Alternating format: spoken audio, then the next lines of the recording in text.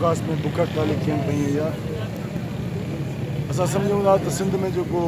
अफ़गानियुनि समेत गैर मुल्कियुनि जी आबादी जो दबाव आहे उन में सिंध के ख़िलाफ़ एक वॾी साज़िश पई थिए। सिंधी माण्हुनि खे अदलत में तब्दील करण जी रिथाबंदी कई वई आहे। इन करे सिंध जे ईंदड़ नसलनि जे बचाव लाइ जेकी जदोजहद शुरू कई छाकाणि त बदकिस्मती सां सिंध जा चूंडियल नुमाइंदा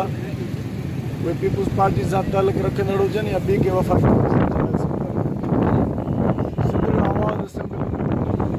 असेंबली में न सूबाई असेंबली में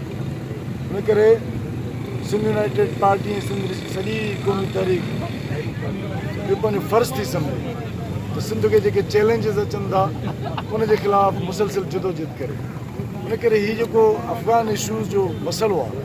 असां सम्झूं था जो असां पंहिंजे ईंदड़ नसलनि जी बका लाइ जदोजहद करे रहिया आहियूं। छाकाणि त पाकिस्तान ठहण खां वठी अॼु ॾींहं ताईं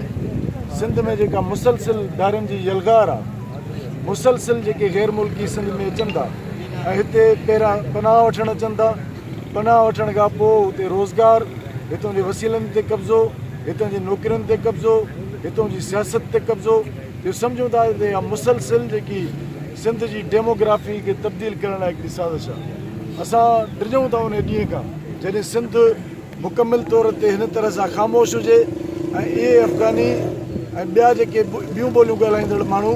असांजे असेंबलियुनि ऐं असांजे इक़्तिदारी आला ते कब्ज़ो करे वञनि। अॼु जा जेके पीपुल्स पार्टी जी मौजूदा हुकुमरान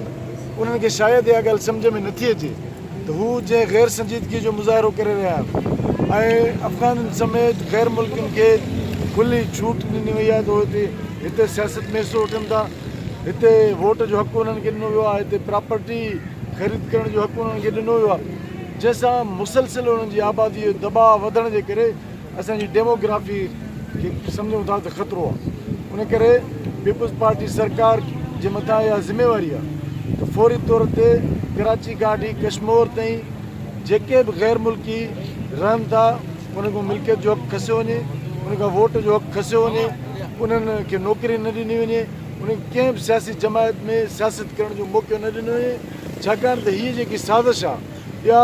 जेकर कामयाबु वई ऐं मुसलसिल गैर मुल्की ईंदा रहिया त पोइ न पीपुल्स पार्टी इक़्तिदार में हूंदी न ॿियो को सिंधी माण्हू इक़्तिदार में हूंदो ऐं इक़्तिदार जे आला उन्हनि में गैर मुल्की हूंदा ऐं असां पंहिंजी धरती में गैर महफ़ूज़ हूंदासीं। उन करे पंहिंजी धरती खे बचाइण लाइ जदोजहद शुरू